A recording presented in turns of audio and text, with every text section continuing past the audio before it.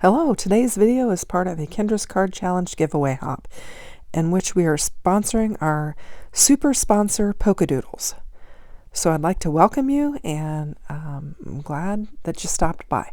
Now I am working with the Pokedoodles Gnome for Easter, Happy Easter Digi.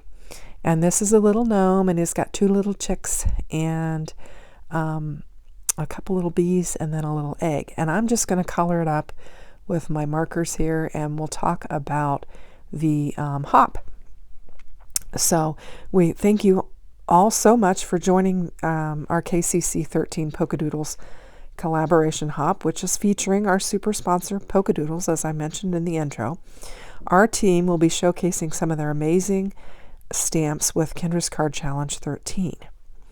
Now this hop is a giveaway hop, and you can win a digital giveaway prize from at Cards by Kendra. When you finish the hop, you just need to fill out the form to enter the giveaway by February 23rd. Now the form to enter into the giveaway is listed in my description box below, and you can click the More button, expand the description box, and find the form there. And you'll want to get that form filled out by February 23rd. The winner will be randomly chosen and announced on the Cards by Kendra community tab. So you'll want to make sure you're following Cards by Kendra, and that you've subscribed to her and you've turned on the notification button so that you'll be made aware when she posts the winners. So that is pretty much it for the giveaway information, except that I want to encourage you to follow the hop and check out all of the designers and all of the different card sketches and the ways that they use the Pokedoodles stamps. So I'm just coloring mine up, and I've cut it to, I believe it's 2 1/4 by 2 1/4 square, and I'm not going to fussy cut it. I'm just going to make this the scene for my card, and I've just got it cut to the size that I need it for my card sketch, and I'm just going to get it colored up. Now, if you haven't played around with Kendra's Card Challenge, I would highly recommend that you do that. It is a lot of fun. Kendra offers a free download. You can get it in the free member section of her Patreon. You can get the sketch, and you can download it. And the sketch provides you with a cutting guide in which you use 6 6x6 pattern papers, and you cut them according to the cutting guide, and then it also provides you with 15 sketches. So you will yield 15 cards if you follow the cutting guide and then follow the sketches. And I think you'll find that it's a lot of fun. Now, this particular card that I'm doing here is just a single card. You can take the sketches and just make single cards and just use whatever pattern paper you want. That's completely fine. But you also can do the cutting guide, and it will yield the 15 cards. Now, to enter for prizes to win from the challenge, you'll want to do a full set of 15 cards and take a single picture of it and enter it into the appropriate folder. Now we still have February left, and then we have March. The challenge is a quarterly challenge, so you had January, February, and March for KCC 13 to put your entries in. So we still have February. You can enter into February until the end of the month, your 15 cards, and then you'll have March to make a set of 15 and enter into the appropriate folder on Kendra's Card Challenge on Facebook. So all of this information will be linked in the description box below. But we have just tons of prizes available to win. We have many sponsors like Pokedoodles that offer prizes and wonderful giveaways as part of this challenge. So I would just encourage you to check it out. And if you haven't played along, to please do so. Now I'm just coloring this little gnome set up with my markers. I don't have Copic markers.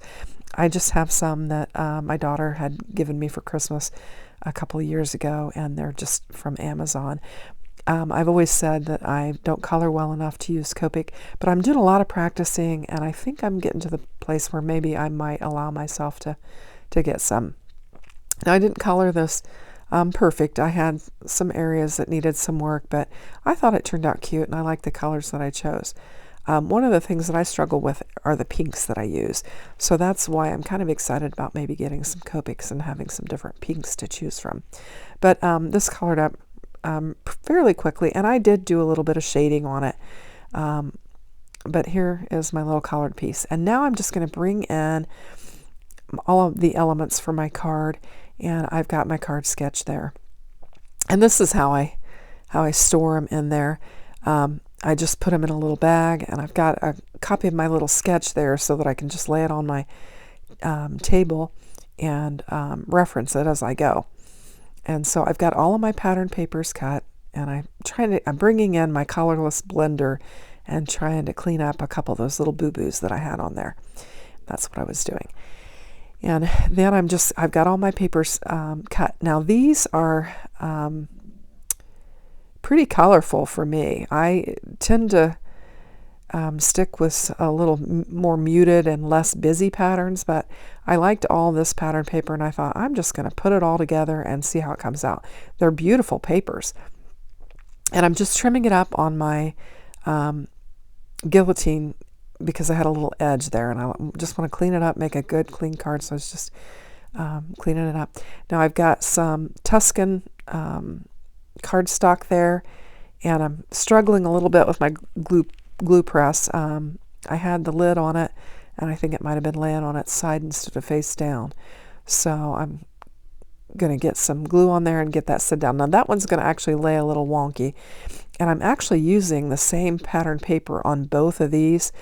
I've just cut different colors of flowers out on there. Now that was going to be tilted, and then the sketch calls for this one to be tilted. And then I'm bringing in the Tuscan again, and I'm just going to lay my little image on there, and that's going to be my little scene, and it's going to come together real quickly. And I've just got this blue paper, and I realized I haven't glued the Tuscan down, so I'm going to get it glued down, and then I'll get my blue piece glued down, and then we'll put our little scene down. But so there's a lot of pattern going on here, but I think it looks pretty good. I think it turned out all right. And then my little scene, and I chose just to put it right on white, just to kind of tone down the busyness of it a little bit. So I'm just going to pop it up with some foam tape, and I'm bringing in a more narrow one for that. And then we'll just remove these strips and get it laid down on my card panels. And I think it turned out pretty cute. I didn't even add a sentiment to it because I thought I'd put the sentiment, and I thought it was a little crooked, and I realized I couldn't move it, but I think it's okay. I thought I'd just put a sentiment on the inside because I've got a lot going on the outside of this card. Now I had a lot of white space on there, and so instead of putting the embellishments where the card sketch called for, I just put them there. Now you can make these cards your own and just modify them however you want. In fact, I modified that third layer, made it a little bit larger. And that finishes up my card. Thanks for watching. Have a great day. Take care.